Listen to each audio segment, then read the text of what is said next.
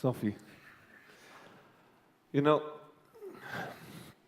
we just meet each other, and I was very sure today morning when we saw the young lady from Korea, or when we listened to the story from Syria or from Kurdistan, then I don't want to go back to this pain, you know, and I don't want to go back to the whole stuff of really heavy pain on the personal level. But then we share what she's doing, and we share something very common in mind, you know, we both, she much more than myself, but we both really experience pain in a place where you not should experience at all. That means pain at home. When you're a child, and if you're a child and you're at home and you're 4, 5, 6, 7 years, and you feel pain about sexual violence, you feel pain about violence on your body over years, over a decade, and you grow up at home where you try to find a place to grow up on a lovely circumstance, but you experience exactly the opposite. Let's present something what we have in Germany today. More than 30% of our children and of our women are under attack of violence at home. In Sweden, one of our most admired country, we have over 45% of violence at home against women and against child. She told me her story very openly, and I was so much touched because it goes on over 15 years and it goes from one mess and the next mess. And you know, feels this unbelievable injustice and hopeless for somebody. It's always an extremely lesson learned. But then she did something what I think was very important, and this is what we all have to do, and probably the half of you here have the same experience. And another experience, or know a neighbor, or doesn't know, or just listen to it. Then she did something what was really deeply, because I asked her, did you find your love? And she said, yes, I found my love. The love is what I'm doing today. And to cut the drama in us, to cut the drama what experienced to us, this is what she does now today. And we got on a great conclusion, because we say, both of us, to say, what's a solution of all of this, if your life. And we say both, you know, at the end there's only one question of life. You love it or you love it. So please listen to the story of Sophie.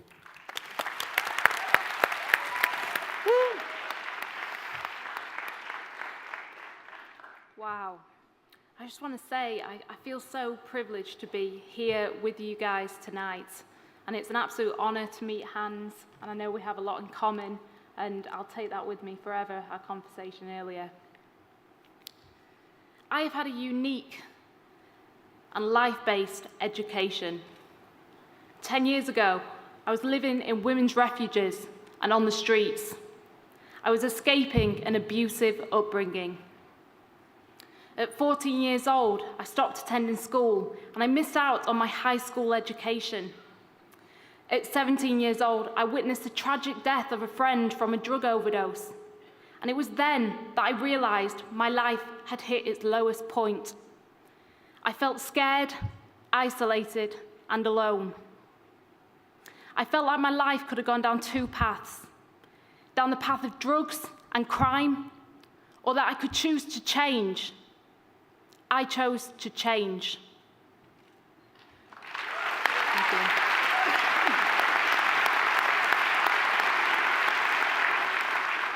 With 20 quid in my back pocket, I went into some of the most disadvantaged areas in my city. And I found young people that were outside of education. And I began mentoring them, reconnecting them with education via local schemes. 5 years ago, I set up the Really NEET Project, NEET standing for Not an Employment, Education or Training. We work with 16 to 24-year-olds. They could be homeless, on probation, young parents, basically anyone that mainstream education hadn't worked for. Over the last 5 years, I've engaged with over 500 disadvantaged young people, literally transforming lives. But there are some basic principles that I believe are the reason why I've been able to engage with these young people where others may have failed.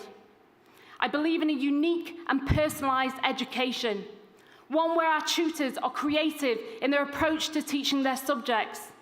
Maths and English doesn't solely have to be taught in a classroom.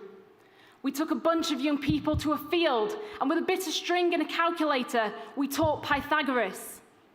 We teach social issues in English lessons, social issues such as sexual exploitation, war, crime, anything that will make these young people stand up and listen and think. It has such a powerful impact.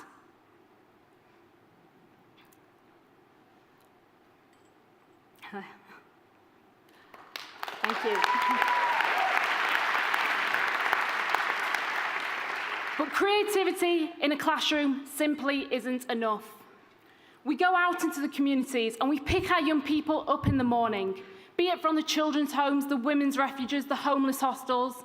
We pick them up and we bring them into college because we believe in eliminating as many barriers to education as we possibly can. Barriers such as homelessness, overcoming mental health issues, and all sorts of issues.